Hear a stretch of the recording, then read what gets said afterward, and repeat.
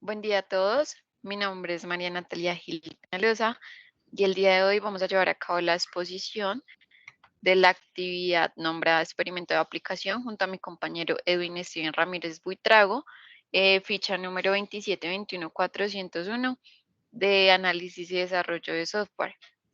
Bueno, para iniciar vamos a dar una breve introducción sobre el propósito de esta actividad, el cual va a ser contextualizar diferentes clases de medidas, gráficas y ecuaciones que describen los campos físicos y recurrentes en los cuerpos según las teorías, leyes y principios de la física. Además de que vamos a introducir sobre temáticas de conservación de la energía, tanto termodinámica, electromagnética, oscilaciones y ondas, mediante diferentes interpretaciones de planos, datos y gráficas. Además de cómo podemos evidenciar que hagan parte de diferentes avances tecnológicos. Bueno, vamos a contextualizar un poco sobre el concepto de la física. Podemos decir que es una ciencia exacta que estudia y describe el comportamiento de los fenómenos naturales que ocurren en nuestro universo, teniendo en cuenta así cuatro propiedades fundamentales, los cuales son la energía, la materia, tiempo y espacio, indicando que todo en el universo cambia y nada permanece fijo. En base a esto podemos decir que una variable física, como su nombre lo dice, es un dato que puede cambiar debido a un aspecto físico. Las variables principales son la distancia, la velocidad, la aceleración y el tiempo. Este dato o este número se denomina como magnitud y puede ser medido, por ejemplo, en metros, kilogramos, segundos, amperios, Kelvin, mol o candela. Estoy de acuerdo pues al sistema internacional de unidades. Bueno, en base a ello tenemos magnitudes escalares, que son aquellas que indican medidas con números reales en una escala adecuada, es decir, tienen un valor numérico o un módulo y sus unidades de medida. Asimismo, tenemos vectores, que son representaciones máticas expresadas mediante segmentos de rectas que nos indican la orientación de las magnitudes en un plano tridimensional. Y finalmente tenemos las magnitudes vectoriales, donde además de tener un valor numérico, es decir, un módulo, sus unidades también deben especificar la dirección y el sentido. Bueno, en la presente imagen tenemos diferentes ejemplos donde la imagen número A son cuatro vectores que son iguales y que tienen la misma dirección y longitud. En el ejemplo B tenemos un vector R que representa la suma de los vectores A y B cuando A se une con B. Y finalmente tenemos el vector R, que es la suma de los vectores A y B cuando B se une a A. Bueno, continuando, tenemos en cuenta diferentes ecuaciones que son muy representativas en este campo, como lo es la ecuación de MRU, ecuación del MUA y ecuación de la caída libre. Aquí con ello tenemos pues todas sus variantes, todos sus componentes y cómo es la estructura de la operación misma. Bueno, por otro lado, tenemos el tema de la conservación de la energía, donde podemos definir que la conservación de la energía permanece sin variación en el tiempo, lo cual puede transformarse en otras formas de energía, demostrando que la energía no se crea ni se destruye.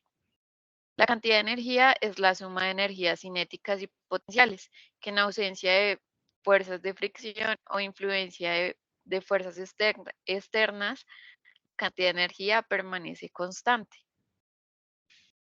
Mm, por esta misma línea podemos decir que por ley la conservación de energía en cualquier sistema permanece sin variación en el tiempo, la cual puede transformarse en otras energías, demostrando lo anterior.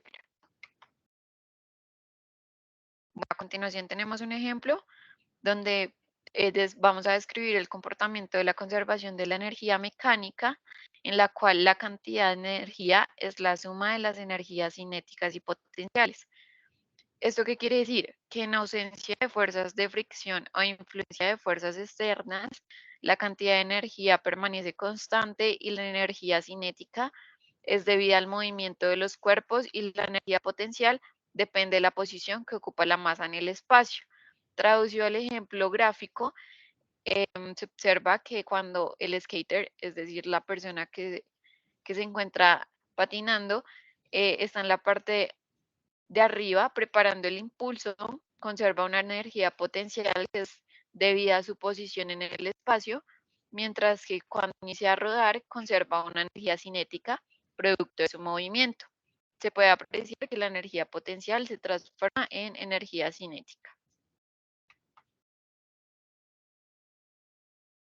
Bueno, otro aspecto importante es la termodinámica,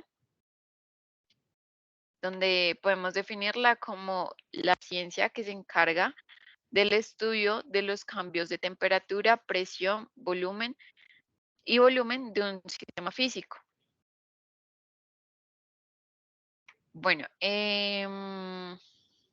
respecto a la termodinámica, tenemos cuatro principios, donde el principio cero define que la temperatura define la temperatura como una propiedad cuando dos sistemas que interactúan están en equilibrio térmico comparten algunas propiedades. Es decir, que cuando entra un tercer sistema en equilibrio, la propiedad que comparten es la temperatura. El primer principio, siendo el anterior el principio cero, define la energía como magnitud conservativa. La primera ley de la termodinámica afirma que cuando un cuerpo se pone en contacto con otro cuerpo relativamente más frío, se produce una transformación que conduce a un estado de equilibrio en el que las temperaturas de los dos cuerpos son iguales. Siendo el segundo principio, el hecho de que la energía con magnitud conservativa, la primera ley de la termodinámica afirma que cuando un cuerpo se pone en contacto con otro cuerpo relativamente más frío, se produce una transformación que conduce a un estado de equilibrio. Es decir, que allí las temperaturas de los dos cuerpos serán iguales.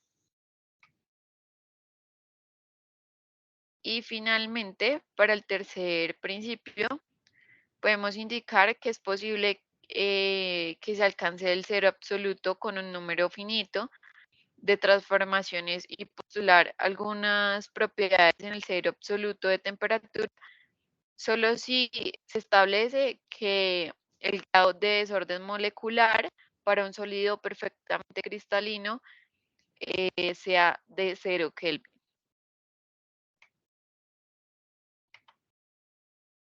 Bueno, respecto al electromagnetismo, podemos definirlo como un fenómeno físico que se presenta en objetos que ejercen diferentes fuerzas de atracción o repulsión sobre otros materiales.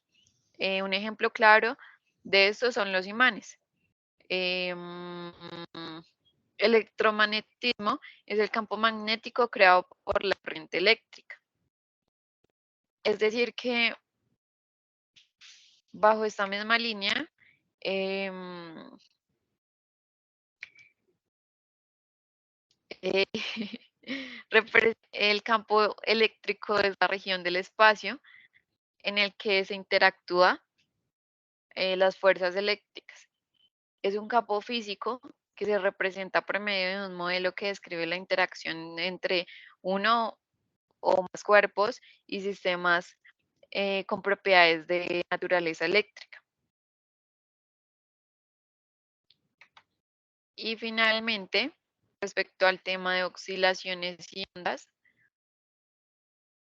tal cual los visualizamos en la imagen, Definimos una oscilación u onda como un movimiento repetitivo en torno a una posición central o posición de equilibrio. El estudio de oscilaciones se puede utilizar como punto de partida para describir las ondas, y la onda la podemos definir como la propagación de una perturbación de alguna propiedad en el espacio. Digamos que esto aplicado a la física lo podemos definir como el movimiento repetitivo de, de una posición central donde, donde, por ejemplo, la densidad, la presión, campo eléctrico o campo magnético implicado a un transporte de energía sin transporte de materia, sumamente importante, es el espacio perturbado donde se puede contener materia, como por ejemplo aire, agua, entre otras, y no un vacío.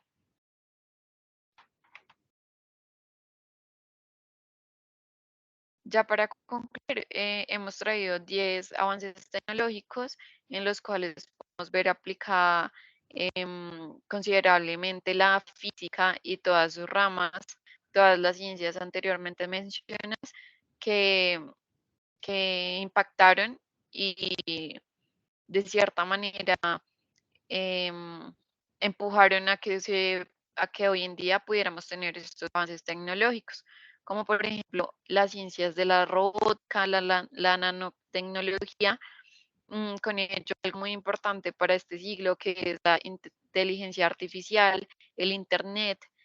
También, digamos que mediante este desarrollo fue posible descubrir em, los rayos de los cuales están compuestos los DVDs.